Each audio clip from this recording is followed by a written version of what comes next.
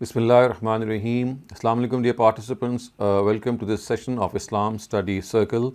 We will be starting off with our usual routine in which we will discuss a passage from the Quran and then from Hadith, subsequently one portion from the Bible, and then we will conduct a small discussion on a contemporary topic, and finally the study circle will conclude on a Q&A. So let's start off with our first segment, which relates to the Quran. And in fact, there are two very short verses of the Quran that we are going to discuss today. Both, in fact, are called the Mu'awwizatain, which means that these are the two surahs through which we can seek refuge with God. And as far as the Quran is concerned, if you give it a deep reading, you'll realize that it actually ends on Surah Ikhlas, which is the surah preceding these two surahs. And these two surahs are like sentinels or guardians that actually protect the treasure of monotheism, which Surah Ikhlas so vehemently portrays. So the first of these surahs is Surah Falaq. It says, قُلْ أَعُوذُ بِرَبِّ الْفَلَقِ مِنْ شَرِّ مَا خَلَقَ وَمِنْ شَرِّ غَاسِقٍ إِذَا وَقَبَ وَمِنْ شَرِّ النَّفَّاثَاتِ فِي الْعُقَدِ وَمِنْ شَرِّ حَاسِدٍ إِذَا حَسَدَ. Pray, I seek refuge with the Lord who breaks apart and brings forth everything, from the evil of all that He has created, and from the evil of darkness when it overspreads, and from the evil of those who blow on knots, and from the evil of every envious person when he envies.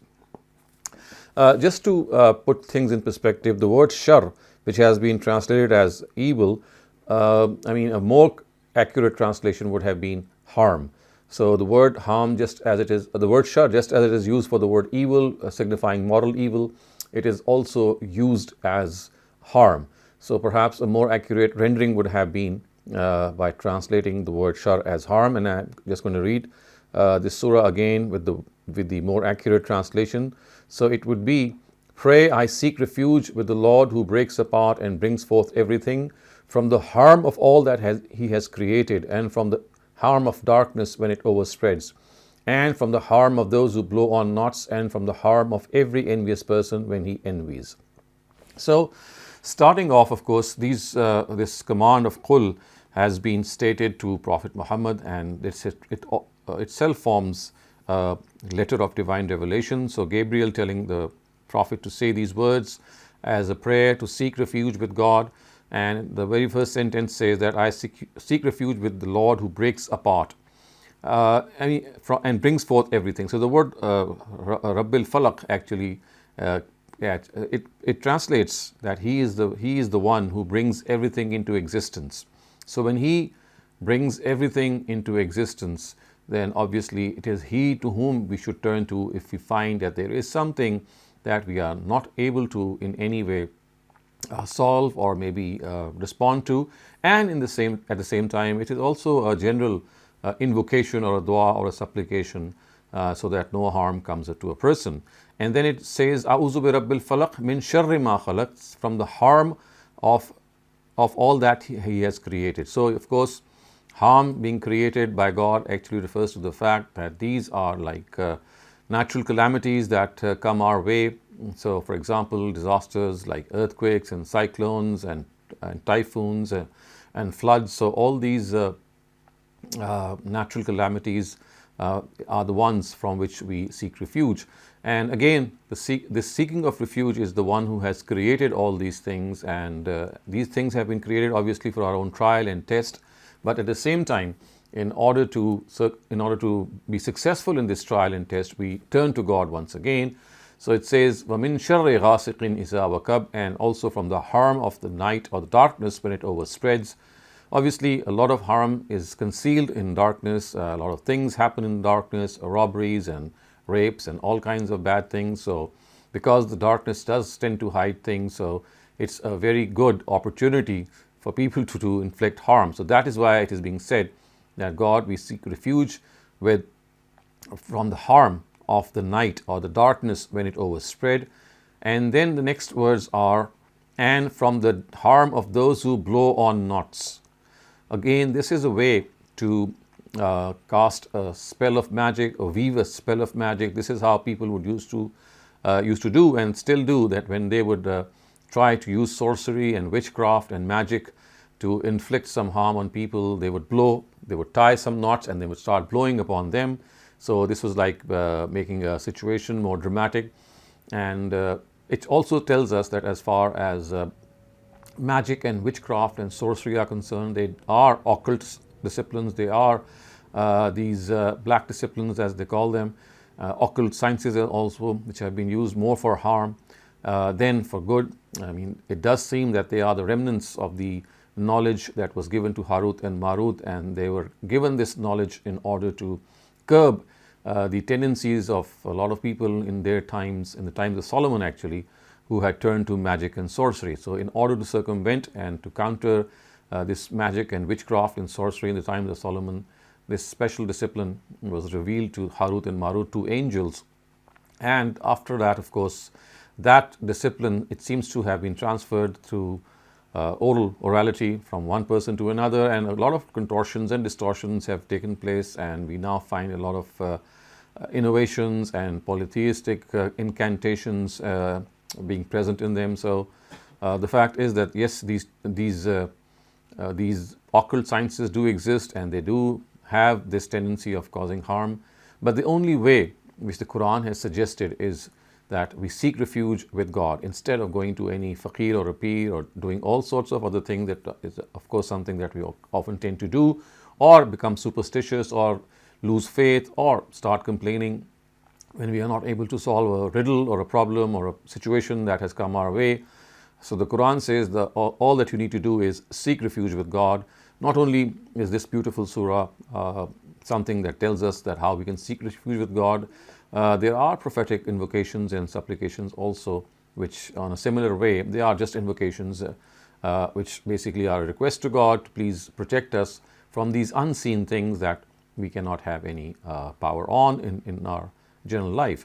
And finally it is said, وَمِن شَرِّ حَاسِدٍ إِذَا حَسَدٍ, and from the harm of every envious person when he envies. Obviously envy and jealousy is something which again tends to remain concealed many a time, and when a person is passing through these testing times, at times we do feel that there may be some people like who have started to or decided to bring us down in life, and more often than not these are people who are jealous of positions and fame and whatnot. So basically again the Quran has said that instead of counter-attacking such people, or maybe countering such people, because they are not always in front of our eyes, they are all mostly hidden.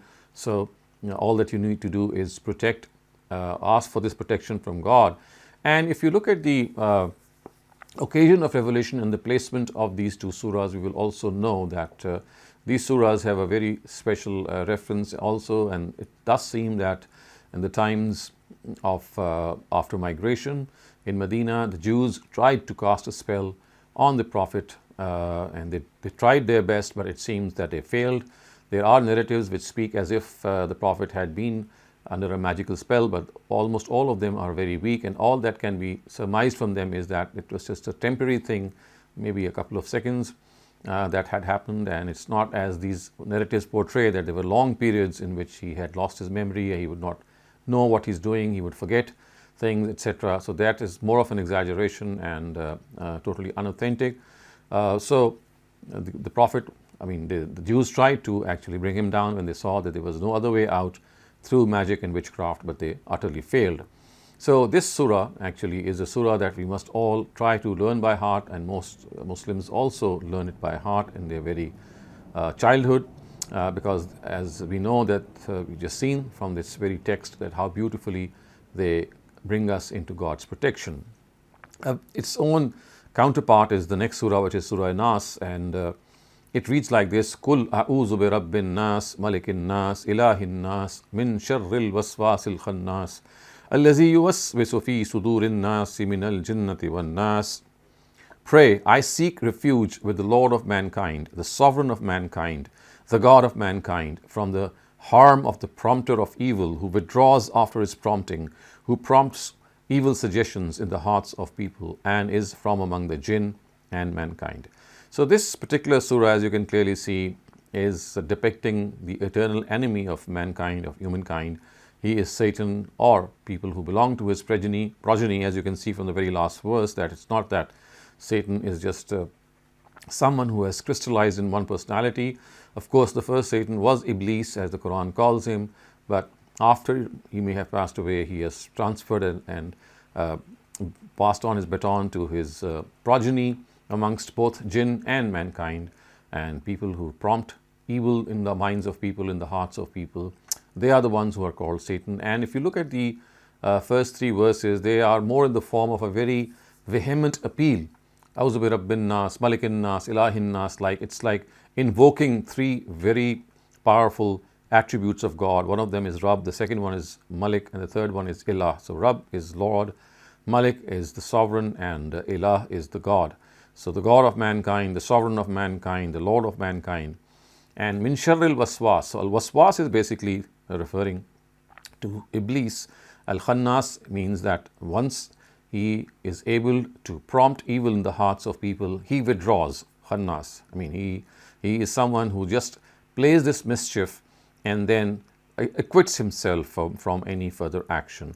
And then his line of action is just portrayed by saying, Allazi yuwaswisu fi sudurin nas, that he whispers or prompts suggestions or evil suggestions in the hearts of men. Of course, the word used is the chest, but obviously by using the word chest, the implication is the word heart that is being implied here.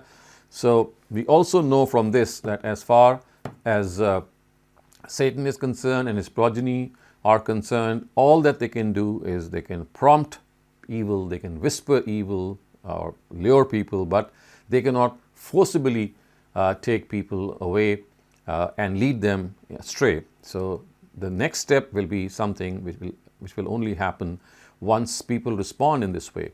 Satan is just going to prompt, is just going to lure, is just going to suggest, and the rest, of course, is up to us. We can either ward off the suggestion, either we can just turn away the suggestion, or we can fall for it. In both cases, it would be we who would be doing the action. So it's just something of a luring which Satan can do. And finally, this verse ends by saying that it's not that this first Satan or Iblis is the one that you should be worried about. And he has his progeny, his comrades, his associates, both among mankind and jinnkind. And they are the ones who are carrying on with his mission of leading mankind astray.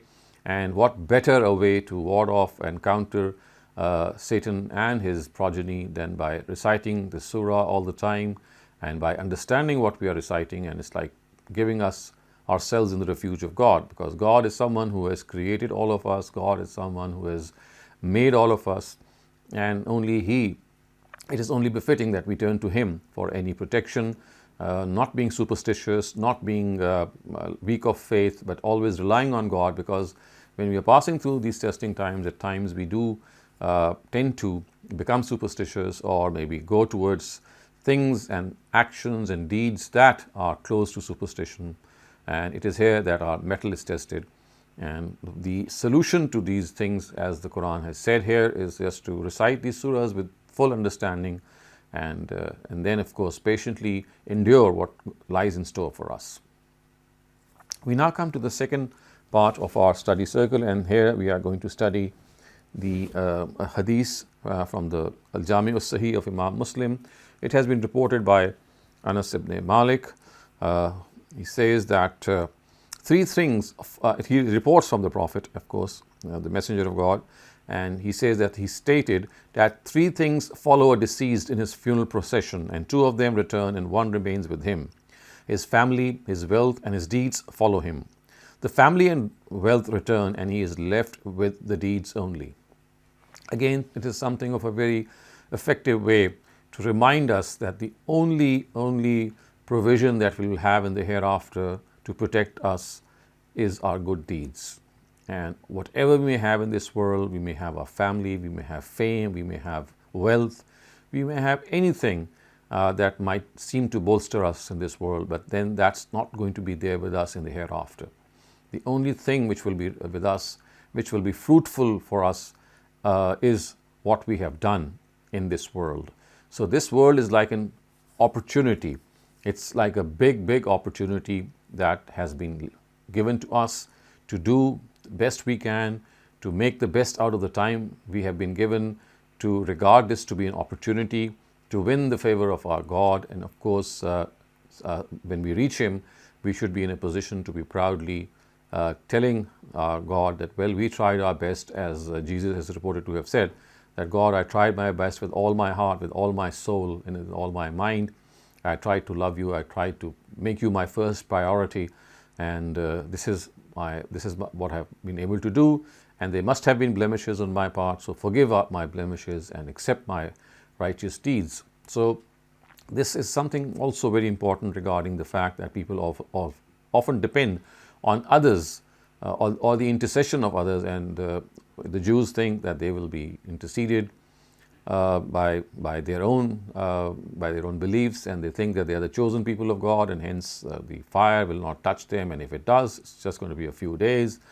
Of course, the idolaters of Medina and Mecca, or the Bani Ismail, in the times of the Prophet, they thought that, well, the daughters of God are these angels, and if they worship these angels, then they will win favor for them in the hereafter. And Muslims, very much following suit, follows the Prophet Muhammad. They think that whatever they do, finally it will be Prophet Muhammad who's going to be there to save them, and he will be their savior.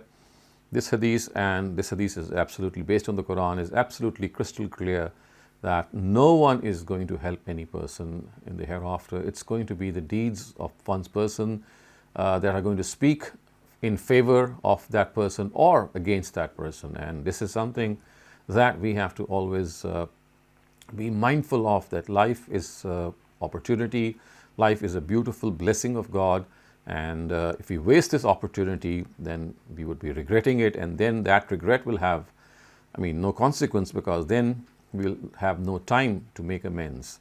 So we have to realize that this world is the best opportunity we have to earn ourselves a nice place in the hereafter.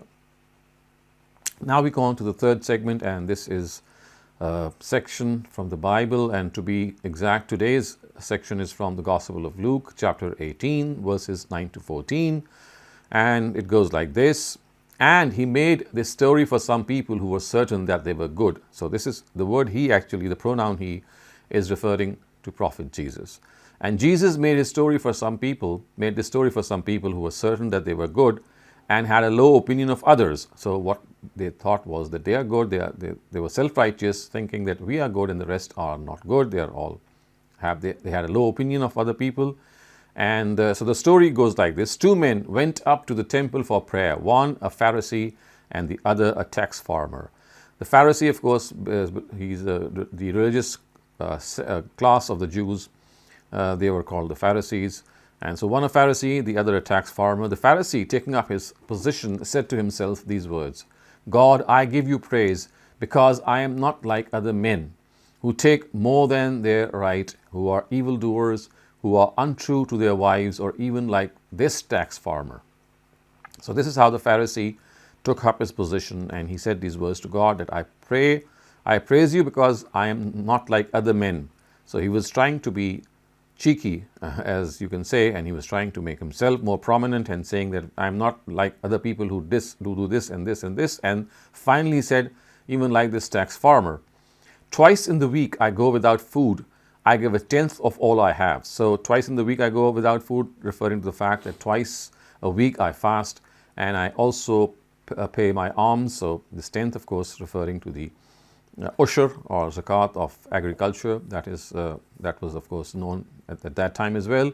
The tax farmer, on the other hand, keeping far away and not lifting up even his eyes to heaven, made signs of grief and said, God, have mercy on me, a sinner. I say to you, this man went back to his house with God's approval, and not the other. For everyone who makes himself high will be made low, and whoever makes himself low will be made high. What a beautiful way to express how this evil thing that we call self-righteousness can badly affect us. The Pharisee trying to make himself superior to other people and to all other people, especially the tax farmer who was right with him. And in the prayer at the temple, this is what he had uttered, that I am not like this tax farmer, and I give praise to you because I am not like other men, who take more than their right, who are evildoers, who are untrue. So all of these traits that he has mentioned basically are meant to point out this fact that he is superior to other people. and he did not express any remorse, any repentance, or any humility. On the other hand, the tax farmer was very humble, and he said, I am a plain sinner, and have mercy on me. And Jesus had then said, I say to you, this man went back to his house with God's approval and not the other. And then these last very, very potent words, for everyone who makes himself high will be made low, and whoever makes himself low will be made high. Again, referring to the fact that people who are self-righteous, who pose to be very superior to others, in the hereafter their position is going to be the opposite. Similarly, people who are low, referring to the fact that they are humble, they are not arrogant, they are down to earth.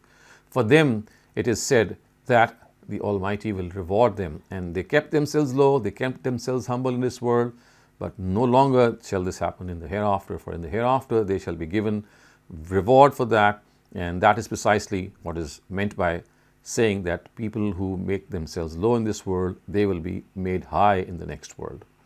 And this is something of a warning, also something of a assurance to us that if we are humble, we might suffer in this world, but not in the hereafter. But if we are arrogant, we think little of other people, we think ourselves to be superior, then come what may, we will not be in the same position in the hereafter, and will be humiliated and disgraced in the eyes of God. So with this we come to an end to the third segment as well. Now we go on to the fourth segment, which is a moderated segment, and this is something that we are going to discuss today, and the discussion is going to be based on the input that our viewers and our participants today can give their own views. And everyone, of course, is required to pray, we all know that, but how can we become more regular in our prayers, and how can we always be mindful of the fact that the prayer is our first priority as soon as the time arrives. So any suggestions, any pointers in this regard would be very helpful. Now over to you, Mariam. So one of the things that I've noticed that we stay regular is planning my day based on prayers. So if I know what I'm gonna be doing at like generally what the day, that helps me basically say like, okay, I will have this much time between this and this task to do my prayer. And there are times when I know that I have like meetings and like really long things that are going to keep me occupied between prayers. So I plan it so that I do Dhuhr and Asr together. And then Maghrib and Isha usually that's fine. But it's Dhuhr and Asr, which especially like nowadays in winter, they're so close together that sometimes you can end up one. So that's what helps me regular. Right. And also making sure that I have, you know, like a sajad or something with me, so that if I need to pray, I can, you know, usually in my lab space, I can do that. Yes, I think this is a good suggestion. And I mean, as you said, you have to plan your day. Everyone knows what our day is going to look like tomorrow, I mean, by and large. So we can always predict, at least to some extent, where we would be when the times of these prayers arrive. And normally in the Fajr and the Isha, these are stationed prayers, mostly we are at home. So it's basically Zuhr, Asr and Maghrib, for which we have to be careful. And as you have said, that when there is a chance that you might get some of the prayers missed because of your routine, like maybe your studies, maybe your it could be any engagement that is not allowing you to pray. Like for example, it could be a doctor conducting a large surgery or a long surgery. It could be something similar. It could be an exam that you are giving. So in such instances, we have the option to combine prayers. The Zuhr and the Asr prayer can be combined at either time, and the Maghrib and the Isha can be combined at either time for any legitimate reason. So yes, this is a very good suggestion, Mariam, that you have given.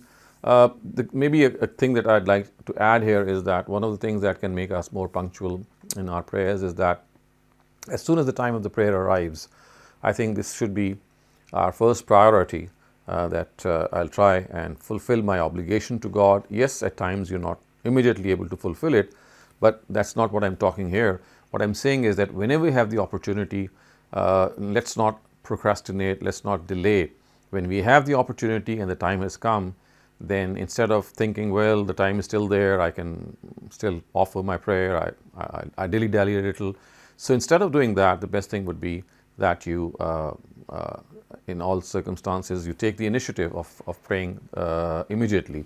And as I said, that if this is something that's not possible, the times, then the prayers can be combined. And another thing that that might be of use to our listeners and our viewers here is that the Quran has even said that when you are walking or when you are on a transport and the time of prayer has arrived, then you can pray even while walking, and you can pray while on a means of transport as well. Of course, in that case, there would be a compromised position. In such case, you would not be required to face the Kaaba, and other gestures of the prayer would also be done in accordance with the situation that you are in.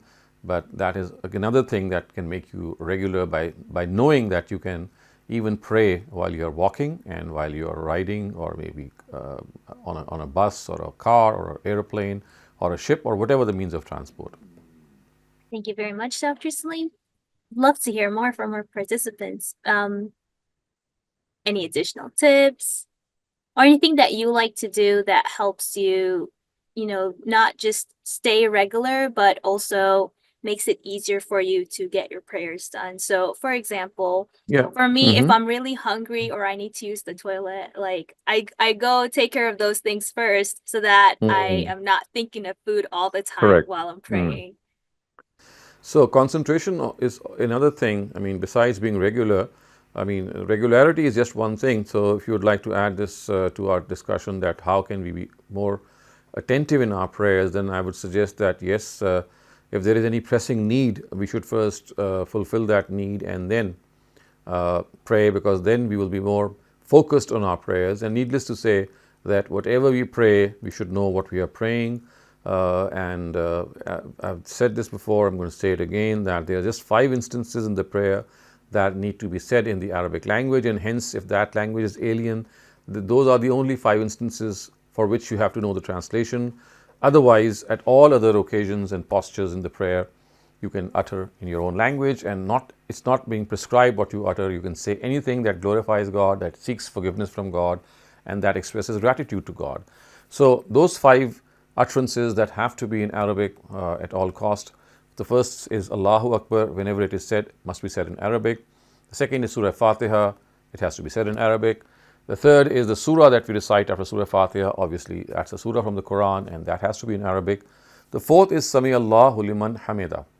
So this is something that we say when we stand up from our kneeling position, and it actually means that God heard the prayer of that person who showed gratitude to him. And that is why in response we say Rabbana lakal hamd, which means, God, I express my gratitude to you. So this second part of course can be said in the way I have just said it, or in our own language.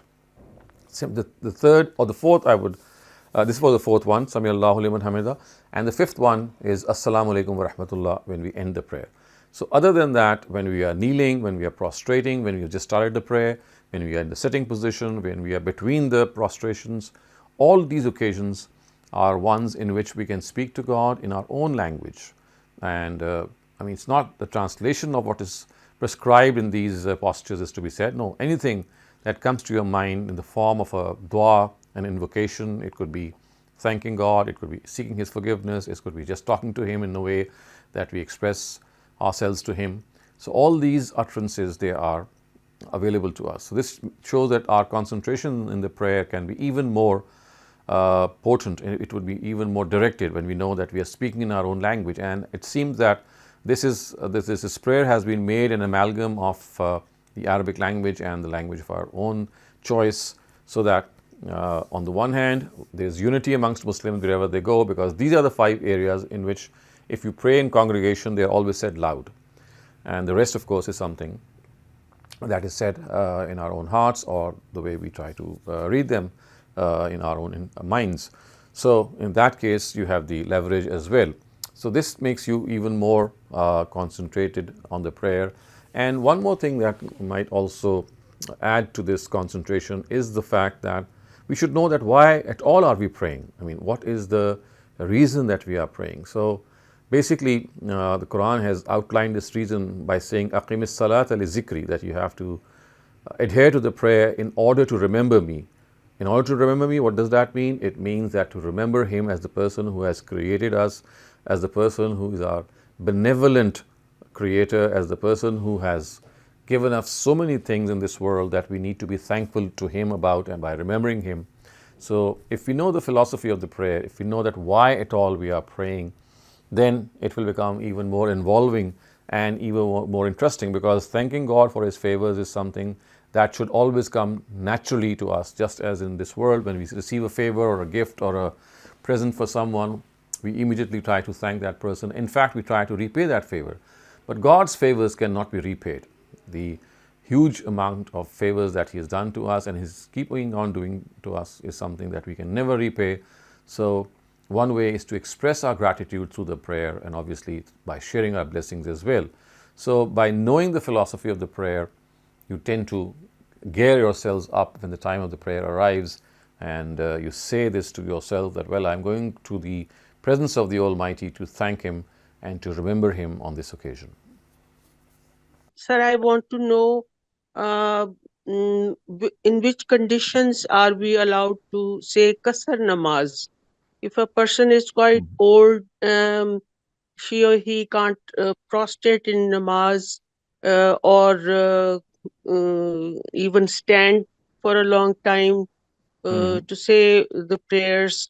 Is that person allowed to pray in the bed while lying in the bed and say kasar namaz as well?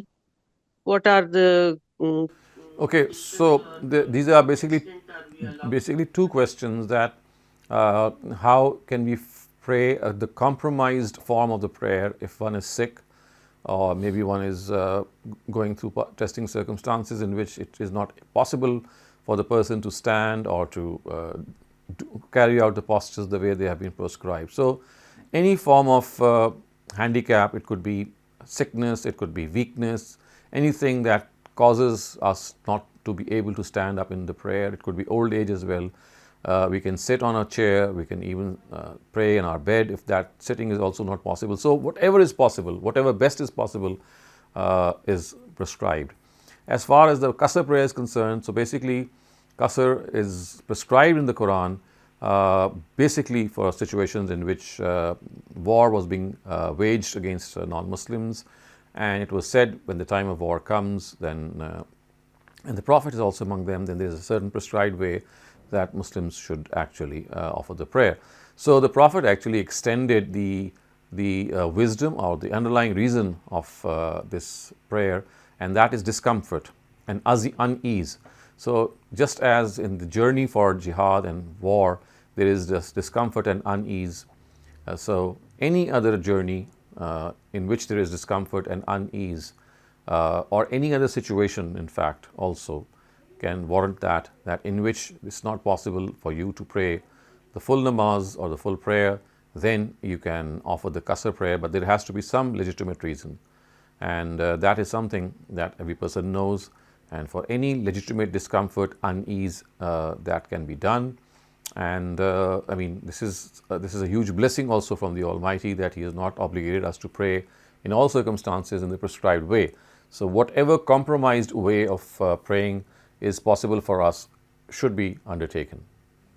Assalamu alaikum, sir. Very good suggestion that we must pray immediately that the time for prayer is. I would just like to add a little bit. Obviously, this is referring to those who are in an effort to make themselves consistent in prayer. I think another suggestion that I have is to make the prayer short. Don't lengthen it, because when it becomes long, then sometimes you have that feeling that it's a long prayer. Now I've got to pray that. The short and sweet would probably be another incentive to become regular in prayers. Thank you. Right. Correct. So I guess, I mean, instead of prolonging the prayer, when you know that elongation or longing the prayer could actually make you lose your attentiveness for the prayer, then that should not be done. Correct. So not only just that, but it also will not, next sometime when you are doing something, you can take a short break, but long break would not be possible. And then you keep thinking, yeah, the namaz is going to take 15 minutes, 20 minutes. I've got to go in 10 minutes. So make it Correct. short, even that wise. That's Even my that way. suggestion. Okay. Thank you. Thank you very much for sharing. Adil Qureshi, please go ahead. Yeah, I would probably just add on to what Nashad Saab was saying. Absolutely, the things that have worked for me are keeping it simple.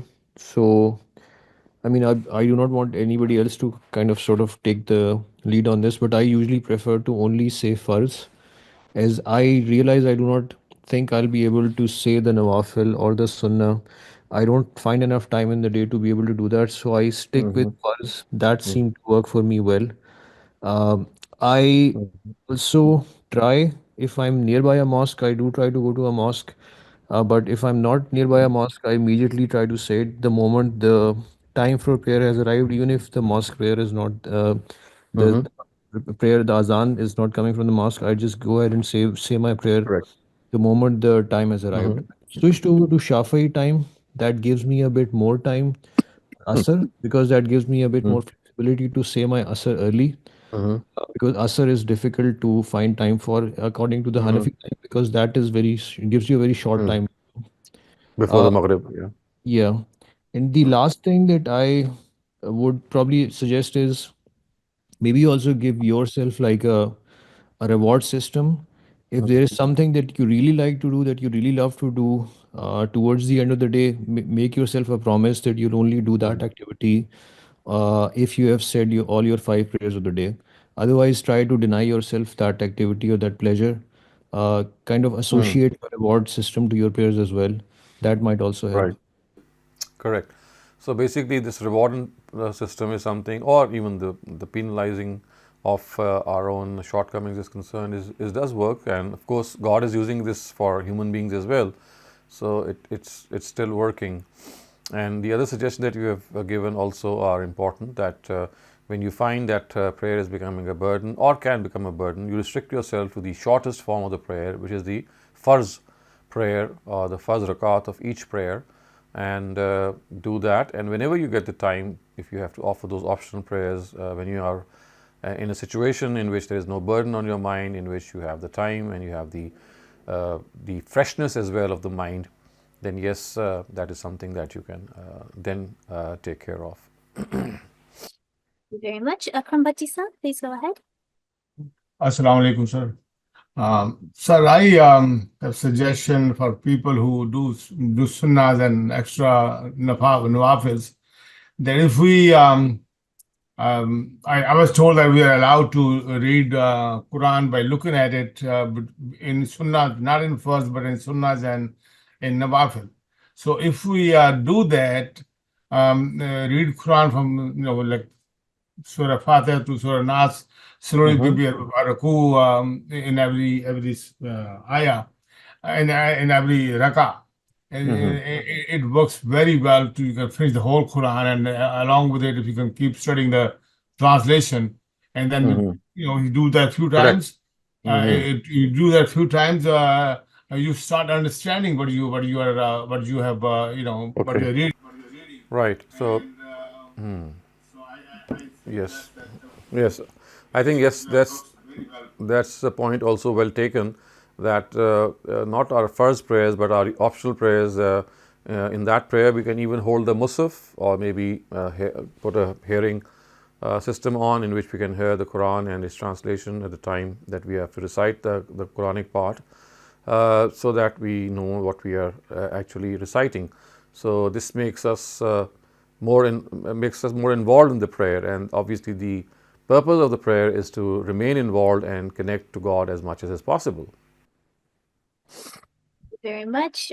One more thing I'd like to add is I like going for Jumu'ah prayers at least, because that's the only prayers that I have access to that I can go and have it in congregation with other people.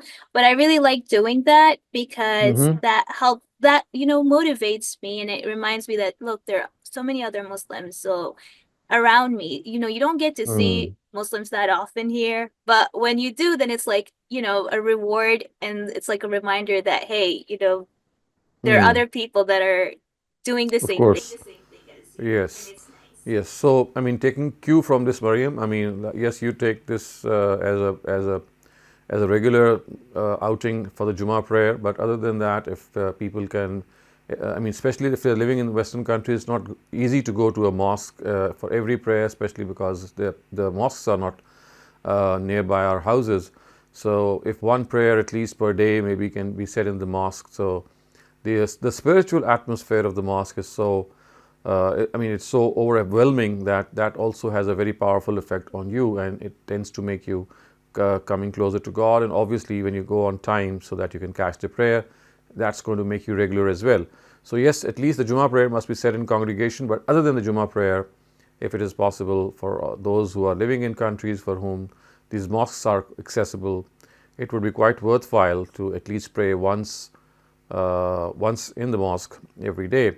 And also taking cue from this, I'd say that very lucky are those people who live in Muslim countries in which the mosques are so many. I mean, they're such in abundance that more often than not that you have a mosque in your own lane. In fact, at times you have 2 or even 3 of them in your own lane. So you have to count yourself lucky, because now you have the opportunity to go there, not only to go there to meet God and to talk to Him, but also to socialize and to come in contact with your neighbors and with your, people who are living in your lane. So that is an added benefit. It motivates you, as Mariam said, that when you're meeting people of your own sort, you look forward to go there and meet them. Thank you very much, Dr. Saleem. I think that was it for all the discussion. Should we move on to the Q&A? Yes, please. Thank you. We'll be taking 1 question per participant unless we run out of questions, and then we can go through a second round of questions. But we have a bunch of questions. So we'll start off with the chat and then get to the raised hands. First one asks, why did Ibn Mas'ud did not include the last 2 surahs in his mushaf? What is Farahi School's verdict about the last 2 surahs of the Qur'an? And are they part of the Qur'an or just du'as added at the end of the Qur'an? Well, I think I've written a lot of, a detail on this topic, and also given a few lectures, because this was one of my areas of specialization in my doctoral studies. So, briefly put, it's very wrong. I mean, it's not correct to assume that he did not regard the last 2 surahs of the Quran to be part of the Quran. They are part of the Quran, and he regarded them to be the part of the Quran. But the only thing is that it has been wrongly reported from him that he did not regard them to be part of the Quran. They were, this is something that has a wrong ascription towards him. Thank you very much. Our next question asks that we had a concept that Satan asked Allah, the Almighty, to give him time until Judgment Day to misguide humans. But you just mentioned that he passed away this session. Could you please elaborate on that? Well, what I'm trying to say here is that it is not essential that Satan be someone who is given eternal life. I mean, he was amongst the jinn, and as we know that jinn have their own life expectancy, their own life periods. There could be maybe hundreds of years, could be less, could be more. I mean, we don't have an idea, but it is not essential to assume that he is still alive and he is, up and running, as so to speak. Because because we belong to the jinn kind, so obviously they have their own ages and their own lifespans. What is being said here is that Satan has his accomplices as well, and that is precisely what was suggested in the last verse of the Quran, the last surah of the Quran as well. It says, "Min al-jinnati wan nas," that this prompter of evil, this person who suggests evil in your mind, in your heart, is someone who belongs both to jinn kind and mankind. So it's like these accomplices of Satan who are there, who are carrying on with this mission. So what I'm saying is that it is not essential to assume that the original Satan, or the first Satan, who's called Iblis, is still living. He could have done his job and passed away, and he's just passed on his mission to his progeny. Thank you very much for that explanation, Dr. Saleem. The next question asks, in a surah, it's mentioned that you can have food with your friends or allies together or separate. So they're asking that, is the ayah referring to the same gender or opposite gender? And is it stating the permissibility of having food referring to only food, eating food together, or you could also have a casual, decent gathering? I mean, it's absolutely not a problem to have a casual, decent gathering. And the Quran is saying that in that surah that the restrictions that are being imposed on the believers are just for their own self-purification, in which if they want, they can sit together and eat. If they want, they can sit apart and eat. There is no restriction. So basically, the style of the Quran is that don't think that by imposing these restrictions that you have to guard your gaze and you must not display your finery and that you must wear decent clothes. This should not lead you to segregate yourself. So the Quran is in fact stopping you from segregating yourself. So it says that whether you eat in private, confined in a confined way, or with some friends, it's not a problem. Laysa alaykum junahum an ta'kulu jami'an aw ashtata. There's not a problem whether you eat in front of people, amongst friends, or you eat separately. Don't think that these restrictions are being imposed to curb your freedom. So that is what the Quran has said. So taking cue from that, we can see that, if we adhere to these norms in which our eyes don't take liberty, if we are wearing decent clothes, and in the case of women, if they are not displaying their embellishments, except for those that are worn on the face and the hand and the feet, there is no problem at all if they can sit together, have a decent conversation, and like the way friends and families do. So they're asking a follow-up, and they're saying that did Nabi Sallallahu Alaihi Wasallam and his companions approach the issue of gender interaction in a more segregated way or healthily like it's seen in our cultures? And is it left to the urf? Basically, you see, it's not cultural. It's not something which is bound by culture. Arab culture had its own ways. There were separate abodes for men and women, and they would be kept apart at times as well. But if you look at their interactions outside of the house, you'll find them that women were working in the fields as well. They were side by side with men in agricultural activities. Even in wars, they were besides men. So there's no concept of segregation that seems to have crept into our religious clergy, and people who become religious, they think that we have to segregate ourselves. No, the way that the Quran has said is that you have to observe certain norms when you are interacting, when you're visiting friends and family, or when you're interacting, for example, in school, college, university, or your offices. These norms have been spelled out, and these are basically two norms for both the genders. One of them, as I've just said, is that your eyes must not take liberty. You must not stare at the opposite gender. They should have decency in your sight. The second is that you must wear appropriate clothes, which means that your private parts should be properly covered and your body should be properly covered or loosely attired, so to speak. And the third is a restriction that is just imposed on women, and that is that they should not display their embellishments and adornments except the ones that they are wearing on their face or their hands or their feet. They can display them before unrelated people, and if they are wearing something on their heads, for example, on their hair, it could be some embellishment, it could be something added on, then it is prescribed that they should cover their hair. So, but if they have not, they have not embellished their hair in any way, then covering the hair also is not essential. Thank you very much. Could you please highlight the reasons that break salah? That what? Break salah. That breaks the law. No. Breaks the salah. Oh, breaks the salah. Your prayer stands invalidated or invalid if you pass the wind. Of course, that is all that I can think of. There is no other way that breaks your salah when you are offering it. Yes, of course, if there is some emergency, like it could be a fire or something, or maybe some emergency, some call or anything that you have to attend to. So in that case, what will happen is that you will break the salah, attend to that duty or call, come back and repeat your salah.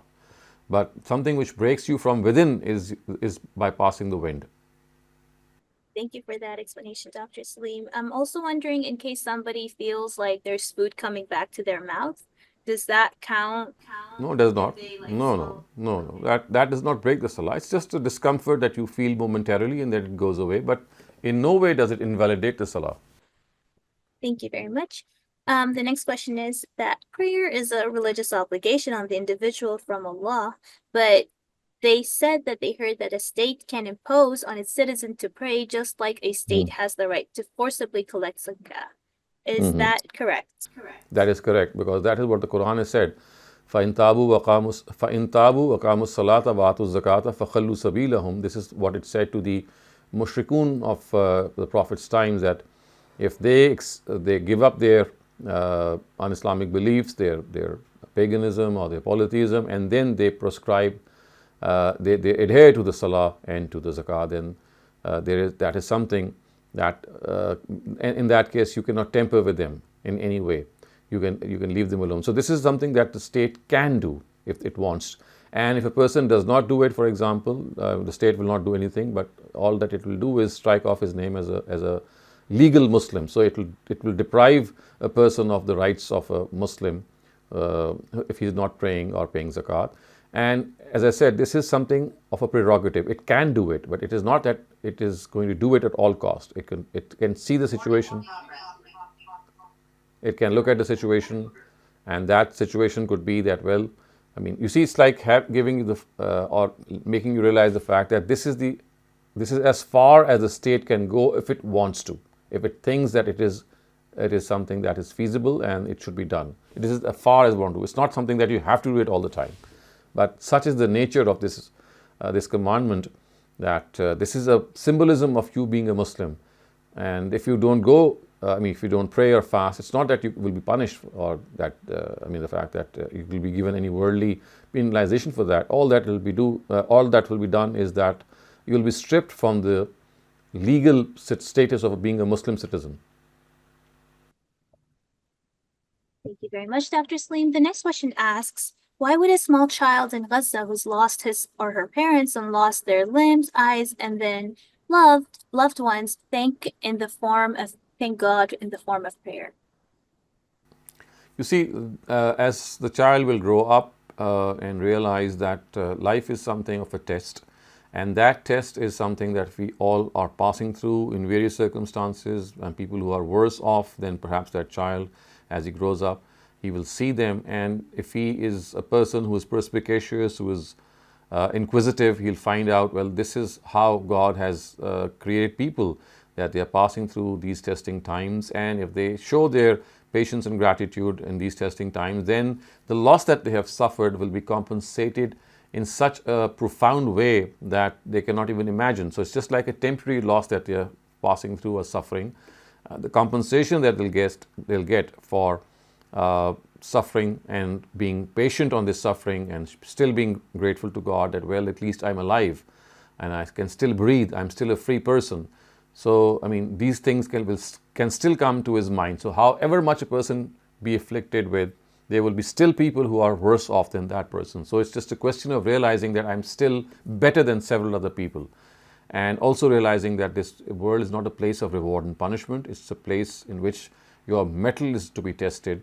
It's not a place in which you're going to get justice. It's a place in which justice is something that may elude you, and all that you can best get is possible justice, or not even perfect justice. Perfect justice is the place of the next world. Thank you very much. We'll take one last chat question and then we'll come to the raised hands. There seems to be a lot of questions about what's breaking wudu and salah. So like, for example, yawning, would that break salah? It does not. You see, you have to understand that there are certain things that, they don't invalidate the salah in any way. All that they do is that, they affect its efficacy, they dent it in some way, but they do not render it invalid. So, inadvertently, if you yawn, we should try not to yawn, because we should imagine that we are in the presence of God. But it does happen that you, in spite of trying not to yawn, but still happens. So it does not invalidate your prayer in any way. And what about passing wind? If somebody has a medical condition that causes them to frequently pass wind, what would that person do? Because then the wudu would be constantly breaking. So in that case, all that he would need to do, or she would need to do, is do wudu once, and offer the prayer after that. And even if it breaks, he or she should pay no attention, because now this is a situation on which he or she does not have any control. It's like a medical situation. So in such a situation, he or she is not required to do wudu again and again. The first time is enough. And so the similar you could say for incontinence or any other. Yes, incontinence is the same. Yes, that is also the same. All these things in which you cannot help something to have to stop something from happening, these are things which are beyond you, and they are basically biological old age disorders or ordinary disorders. So in such situations, you don't have to repeat all these the wudu, or all that you need to do is just do it once and then go on. So because passing wind is considered uncleanly and therefore it breaks the wudu or salah, what about other uncleanlinesses, for example, like picking nose? That also does not break the salah. Why should you do it in the salah? The question is that why should this even come into our mind? But if it happens inadvertently, all that you will lose is the attention for that moment. So remember, prayer is all about being attentive before God. So if you are doing something else, then your focus is diverted. So this is the loss that you will suffer, that for that moment you're not in communion with God, you're not connected to God. So that is a penalty in itself, that for that particular period in which you're doing some other activity, you had lost your connection with God. Whereas our purpose is to maintain that connection within the prayer. Thank you very much, Dr. Saleem Sumbul. Please go ahead. अस्सलाम वालेकुम doctor साहब, ये नबी सल्लल्लाहु अलैहि वसल्लम ने कभी कसर नमाज घर पे पढ़ी थी? Not that I know of. This is something that is not always reported. But yes, if you are back from a journey and that journey is causing you that discomfort, you can, it's like reaching your destination, whether it's your own home or someone else's home, but that feeling of discomfort is there, then yes, you can still pray qasr. जैसे अगर कभी आप किसी gatherings में हो और शोर हो रहा है और आपको पता है कि आप घर पहुंचोगे तो आप बहुत सोए हुए होगे, तो आप उधर नमाज पढ़े हो एंड नमाज पढ़ने से पहले आप सोच लेते हो कि अच्छा ओके आई विल डू कसर. As I said, this is something of a decision that you have to take yourself. The thing is that there has to be some legitimate excuse, and that has to be justified before God. So if you think that it's too much of an ask of that concentration, if you want to pray the full prayer, then yes, this is one option. But as I said, it's like a situation in which you have to justify whatever shortening you do. And if your own conscience and if your situation is such, then yes, that can be done. It's a possibility. It's not something of a obligation, but yes, a possibility. Sir, Gandhi साहब की बहुत सारी बातें सुनने के बाद एक understanding develop हुई, शायद वो अंडरस्टैंडिंग ही गलत हो.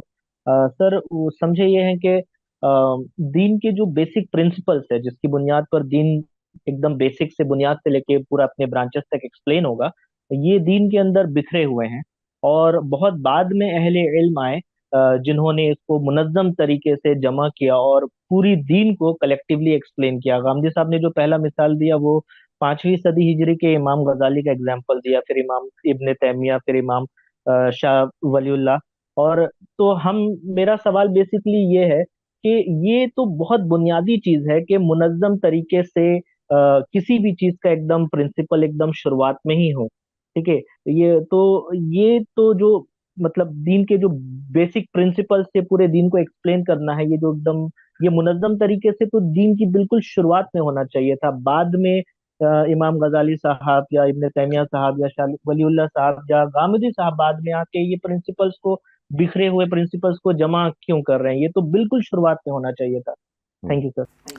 जी, तो ऐसा नहीं हो रहा जैसे आपने सोचा है या ख्याल आपने समझा है. देखें, दीन के जो बुनियादी चीज़ें हैं वो कुरान और सुन्नत हैं, तो उनके अंदर तो चाहे इमाम गजाली हों, चाहे अबू हनीफ़ा हों, चाहे वो कोई भी हो, उन सबका इत्तेफाक पाया जाता है. इनको हम नसूस कहते हैं. यानी दीन जिस चीज़ का नाम है वो है कुरान और सुन्ना. उसके बाद एक चीज़ है उनकी अंडरस्टैंडिंग. तो ये अंडरस्टैंडिंग तो दो अफराद की फ़र्क हो सकती है और हुई भी है. हत्ता कि सहाबा जब मौजूद थे और नबी सल्लल्लाहु अलैहि वसल्लम से उनको अगर फ़र्ज़ कीजिए मौका नहीं मिलता था तो आपस में मुख्तलिफ ही हो जाते थे वो. तो इस पर तो अल्लाह ताला ने आपको आज़ादी दी है कि आप فہم کو ایکسرسائز کریں, اپنے دماغ کو یوز کریں, اور جس چیز کو آپ پھر صحیح سمجھتے ہیں اس کو آپ فالو کریں. سو یہ وہ لیوریج ہے جو تو صحابہ کے درمیان موجود تھی اور آج تک موجود رہے گی. جس چیز کو آپ نے ذہن میں رکھنا ہے وہ یہ ہے کہ جس کو آپ قرآن اور سننا, جو دین ہے وہ کیا چیز ہے, وہ قرآن اور سننا ہے. وہ ان کا ٹیکسٹ ہے یا ان کا فارم ہے. اس ٹیکسٹ کی انڈرسٹینڈنگ وہ دین نہیں ہے, وہ ہماری انڈرسٹینڈنگ ہے دین کی. دین نام انڈرسٹینڈنگ کا نہیں ہے, دین نام ہے ٹیکسٹ کا جو قرآن کا ٹیکسٹ ہے, اور فارم کا جو سننا کا فارم ہے. یہ اصل دین ہے, اور یہ ڈے ون سے واضح ہے. لیکن ایک اس کی ہے انٹرپریٹیشن, اس کی انڈرسٹینڈنگ, وہ ڈے ون سے لے کے آج تک مختلف ہی ہو رہی ہے. اور اس میں جس چیز کو آپ صحیح سمجھتے ہیں اس کے لحاظ سے آپ کو عمل کرنا چاہیے, آپ کا اسی پہ اجر ہوگا اور اسی پہ آپ کا مواخذہ ہوگا. اس لیے اس میں کوئی ایسے چھمبے کی بات نہیں ہے. اگر لوگوں نے کسی موقع پہ کوئی تعبیر دین پیش کی ہے, جیسے آپ نے 3 بڑی شخصیات کا نام لیا, تو وہ صرف اس لیے ہے کہ انہوں نے پورے دین کو ایک لڑی میں پرو کے اس کے بارے میں کوئی رائے دی ہوئی ہے. ورنہ ظاہر ہے اگر وہ نہ دیتے تو اس کے علاوہ جو بھی ایک جنرل کانسیپٹ دین کا تھا وہ چل رہا تھا اور وہ موجود تھا. وہ نص تھا, وہ قرآن کی نص تھی اور سنت کا فارم تھا. اصل میں دیکھیے اصل چیز وہ ہیں, اس کو کوئی صاحب علم انٹرپریٹ کرے, اس کو سمجھے. یہ کام تو میں نے جیسے عرض کیا کہ صحابہ کے دور سے شروع ہوا تھا, اور تابعین کے دور میں, پھر تبع تابعین, اور آج تک یہ چلتا چلا جا رہا ہے. اس میں جو چیز خراب یا کام جس چیز نے خراب کیا وہ یہ ہے کہ دین پر غور و فکر کرنے کا رستہ بند کر دیا گیا کسی وجہ سے, اور قرآن مجید اور سننا جو ہے دونوں کی نصوص کو سمجھنے کے بجائے یہ کہا گیا کہ اس جو فہم اولین لوگوں نے حاصل کر لیا ہمیں اسی کو سمجھنا چاہیے. مسئلہ یہاں پیدا ہوا ہے. تو سر بیسیکلی یہ جو بحث ہے یہ دین کے فہم کے اصول کی بحث ہے. ہاں جی, یہ فہم کی بحث ہے, بالکل ایسے ہی. یہ ان کے فہم ہے, یہ فہم بڑے بڑے انسانوں کے فہم ہو سکتے ہیں, فرق بھی ہو سکتے ہیں. صحابہ کے درمیان اگر کسی وقت میں نے شاید ایک لیکچر دیا ہوا ہے ایک یا دو, جس میں نے بتایا کہ دیکھیے حضرت عائشہ کے, حضرت عبداللہ ابن عمر کے اختلافات کیا تھے, عبداللہ ابن مسعود نے ان سے کیا اختلافات تھے, اور کیسے وہ ایک دوسرے کو کہتے تھے کہ دیکھیں ہم نے یہ چیز ایسے سمجھی ہے, اور وہ کریکٹ کرتے تھے یا اپنی رائے پیش کرتے تھے, اور ایک بڑی ہیلدی ڈسکشن رہتی تھی. جب تک نبی صلی اللہ علیہ وسلم موجود تھے, حین حیات تھے, تو ظاہر ہے وہ پوائنٹ آف ریفرنس تھے. لیکن جب وہ نہیں رہے تو اب آپ ایک صحابی اگر اپنی انٹرپریٹیشن پہ کہتا تھا کہ مجھے تو یہ بات ایسے سمجھ میں آئی ہے, اور دوسرا کہتا تھا مجھے ایسے سمجھ میں آئی ہے, تو اس پہ وہ کبھی کوئی شور و غوغا نہیں ہوتا تھا. کہا جاتا تھا کہ ٹھیک ہے, آپ نے جیسے سمجھا وہ آپ کو مبارک ہو, اور آپ کے استدلال جو ہے اس کے مطابق آپ نے سمجھا. اور یہی وہ اختلاف صحابہ میں تھا جو بہت سٹل اور لطیف تھا, جو بعد میں پھر ٹرکل ڈاؤن کیا تابعین کے درمیان, اور یہ اسکولز آف تھاٹ بنے ہیں, یہ اصل میں انہی نصوص کی انڈرسٹینڈنگ کے اختلاف کی وجہ سے بنے ہیں. Thank you sir, thank you. Much Akram Bhatti, please go ahead. السلام علیکم. وعلیکم.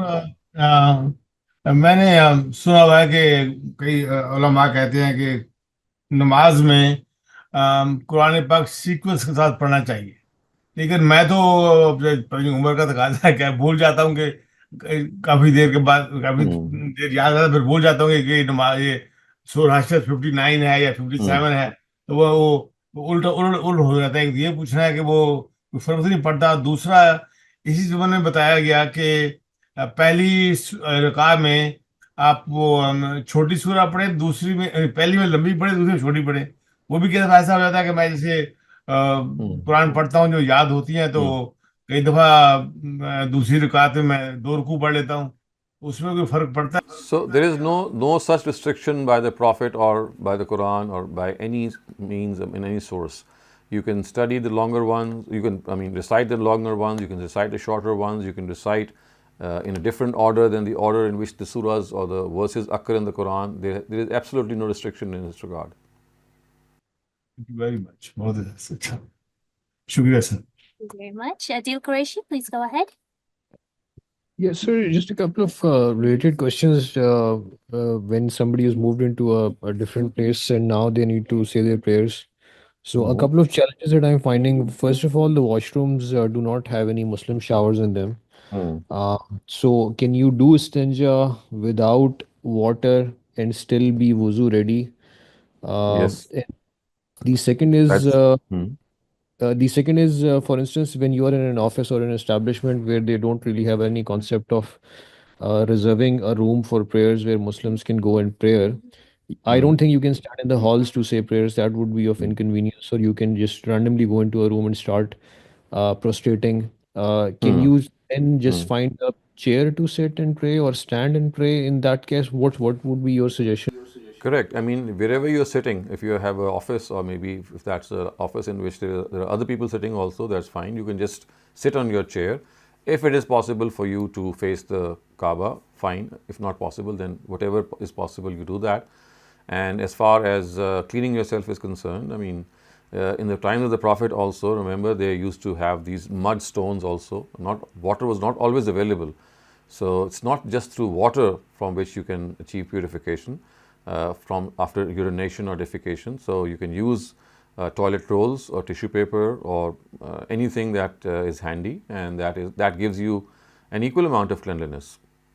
It's just the only thing is that because people are not used to these things when they go to a different place or a different country in which water is not generally used, so they're not very comfortable. So it's more of a feeling of discomfort that a person might have, but as time passes, they get used to it.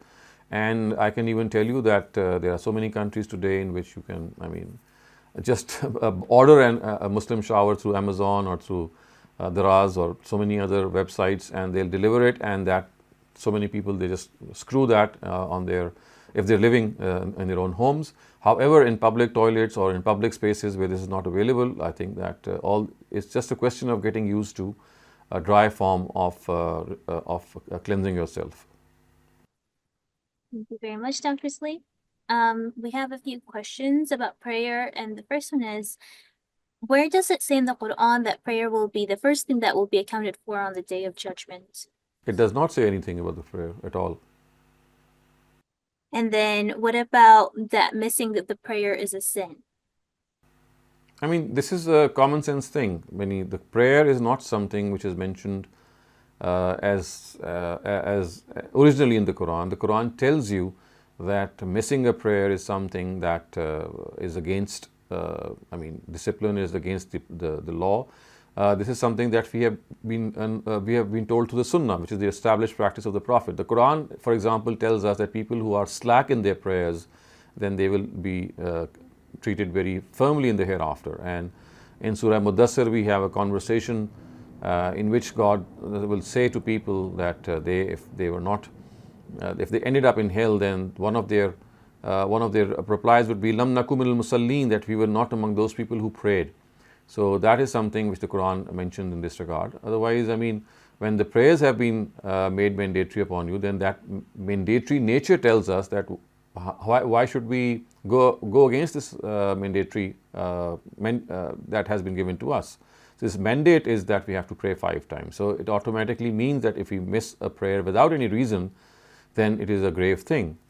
So that's how you should understand the issue of prayer.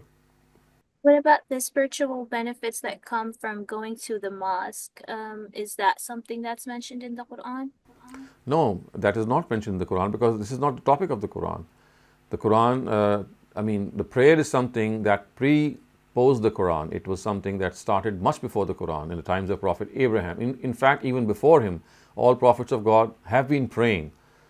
So that is something that we have to always keep in mind, that it's not that in the age of the last prophet was prayer made a obligatory practice. No, it existed always. We've seen from the Quran how it has said that Prophet Shuaib, the Prophet Abraham, similarly Jesus, Moses, all of them, they offered prayers.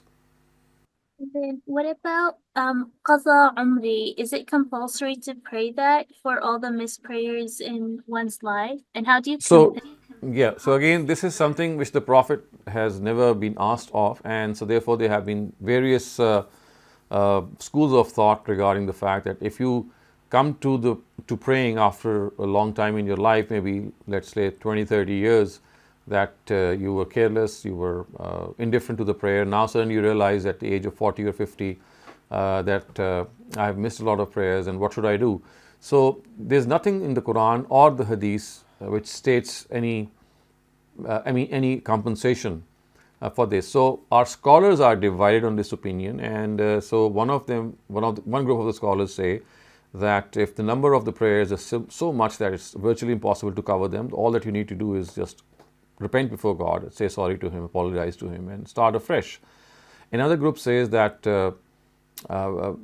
which is something which is it seems to be more plausible, that if there are a large number of prayers that you have missed, so when you are praying, when you started to pray and you pray those nafils and the sunnahs also besides the farz prayer, so whilst praying the farz and the nafil prayers, you should just make this intention that these are the prayers that I am offering in lieu of the missed prayers, or these are the missed prayers that should be counted in my account. So this is something also which people can do. So I think that it's something of a, I mean, they should make up their mind in their own sense and regard that if the number of prayers is too much, I mean, it's just like saying sorry to God and starting afresh. And a more cautious approach would be that you pray whenever you pray besides the farz rakat, you pray the sunnah and the nafil, then you make this intention that these are the missed prayers that should be accounted for. Thank you very much, Dr. Saleem. Muhammad Qasim, please go ahead. Sir ये बहुतों के साथ ये मसला हो सकता है कि हमें ये भी नहीं पता होता कि हमने अपनी ज़िंदगी में कितनी नमाजें छोड़ी है, और ये भी नहीं पता होता कि कब ज़िंदगी ख़त्म हो जाएगी और हम बकिया नमाज पढ़ पाएंगे भी या नहीं पढ़ पाएंगे। तो इस बात को सामने रखते हुए क्या हम उमर क़ज़ा की नमाज जो लोग पढ़ते हैं, क्या हम ज़्यादा नमाज पढ़ने के लिए इसको कसर कर सकते हैं? देखिए, ये सारे वो इज्तिहादात हैं जो फ़र्द कर सकता है, लेकिन ये भी एक इज्तिहाद हो सकता है कि जब बहुत ज़्यादा नमाज़ें जमा हो जाएँ तो आप कहें कि अच्छा जी मेरे लिए अब ये ऐसी एक सिचुएशन पैदा होगी जिसको हम तकलीफ़ माला उताक कहते हैं। इसका मतलब ये है कि इसको पूरा करना मेरे लिए इंसानी मुमकिनात में से नहीं है, यानी ह्यूमनली पॉसिबल नहीं है। तो ये भी एक चीज़ हो सकती है कि आप उसको कसर कर लें, यानी लेकिन बात वही है कि अगर आपने कसर ही पढ़नी है तो उससे ज़्यादा बेहतर क्यों ये नहीं, ये है कि आप पूरी ही अदा करें और कोशिश करें कि वो जो नवाफिल और सुन्नत आप पढ़ते हैं आप उनके बारे में ये नियत कर लें ये मेरी मिस्ड प्रेयर्स हैं, और वरना बस अल्लाह ताला से इस्तिग़फ़ार कीजिए। Thank you very much, Dr. Saleem. Akram Bhatti, please go ahead. Sir मेरा क्वेश्चन ये है कि अगर आप जैसे डॉक्टर के पास हैं और असर की नमाज का टाइम, आप समझ लगा घर जाके पढ़ लूंगा लेकिन देर लग जाए, या ट्रैफिक में आप हैं कि सोचा घर जाके पढ़ लूंगा और जाते जाते ट्रैफिक में फंस गया और लेट हो गया, तो क्या असर की इसलिए पूछ रहा हूँ कि वो असर की नमाज का मसला होता है कि वो क्या मगरिब से पहले पढ़ लें या मगरिब से बाद पढ़ सकते हैं? नहीं, देखें, अदा नमाज जो असर की है वो तो मगरिब के गुरूब से पहले एक रकत अगर आपने पढ़ ली है तो आपकी असर अदा हो गई है। यानी सूरज गुरूब हो रहा और आपने एक रकत ही पढ़ ली है असर की, कोशिश तो करनी चाहिए कि अपने वक्त पे पढ़ें, लेकिन अगर नहीं आपने पढ़ी तो फिर मगरिब की नमाज के आप बाद पढ़ लें। बता जो है एज सून एज पढ़ लेना। जी हाँ, शुक्रिया। Thank you very much. Any more questions? We're currently out of questions, so if we don't have any more questions, we can end the session a bit early. Oh, we just had some more. What's the meaning of salah and falah in the adhan? And is the success in this life or the success of the hereafter completely depending on praying salah? so hayya ala salah is a call to the prayer, which means that come towards the prayer. And hayya al falah is again the consequence of this, that if you come to the prayer, then that is the way to achieve success. So falah is basically the consequence of coming to God in the form of the prayer. Thank you very much, Dr. Saleem. The next question asks, what is the reality of this hadith? So they wrote, Prophet Muhammad ﷺ replied, shall I not show you those words by saying which Allah will remove your concern and pay your debts? And then the person asked, what is it, O Messenger of Allah? And then the Prophet ﷺ recited to him things that they can say in the morning and evening. So, Allahumma inni a'udhu bika min al-ghammi wal-huzn wal-'ajzi wal-kasal wal-bukhli wal-jubn wa-dhal'i ad-dayn wa ghalabati ar-rijal. So, because of this, how does this relate to reality? Because it doesn't seem to remove the debts that a person had. I mean, it's like a prayer. You see, a prayer is like asking or requesting God. Whether the request is going to be granted or not, that's another thing. So, but we need to be at the asking end. And that itself is something of the nature of worship, because now you are just turning to God for your own needs. So it's not that the prayer or the dua or the invocation that you make has a chance of being accepted as soon as you say it. It's a request on your part, and that should be done continuously as far as possible. Whether it's accepted or not, that's something that will depend on God and His own wisdom and His scheme of things. Thank you very much, Dr. Saleem. Ahmed Qasim, please go ahead. We would need to end the session at 9:15 if there are no questions. Sir ये सवाल तो गांधी साहब से पूछना चाहिए, लेकिन शायद आपको पता हो उसका Can जवाब। you please make your Gandhi question साहब, very जी concise? सर, गांधी साहब को हमने देखा कि वो उनके बारे में सुना है कि वो अंग्रेजी में पोइट्री भी किए हैं बहुत, और उनको अंग्रेजी बहुत अच्छे से आती है, लेकिन इसके बावजूद वो सिर्फ दीन की बातें सिर्फ उर्दू में करते हैं। तो क्या इसके पीछे कोई खास हिकमत अमली है? वो इसके बारे में ये कहते हैं कि वो जिस ज़बान को उन्होंने चूज़ किया वो उर्दू ज़बान है। वो कहते हैं मैं एक ही ज़बान को मास्टर करना चाहता हूँ और इसी में अपना पैगाम देना चाहता हूँ। तो ये हर फ़र्द की एक चॉइस होती है, उसकी सिलेक्शन होती है। कुछ लोग दोनों ज़बानों में करते हैं, कुछ 3 ज़बान में करते हैं, कुछ एक ज़बान का इंतखाब कर लेते हैं ताकि परफेक्शन अचीव हो सके। तो ये इंतखाब है जिन्होंने किया। Thank you very much, Dr. Saleem.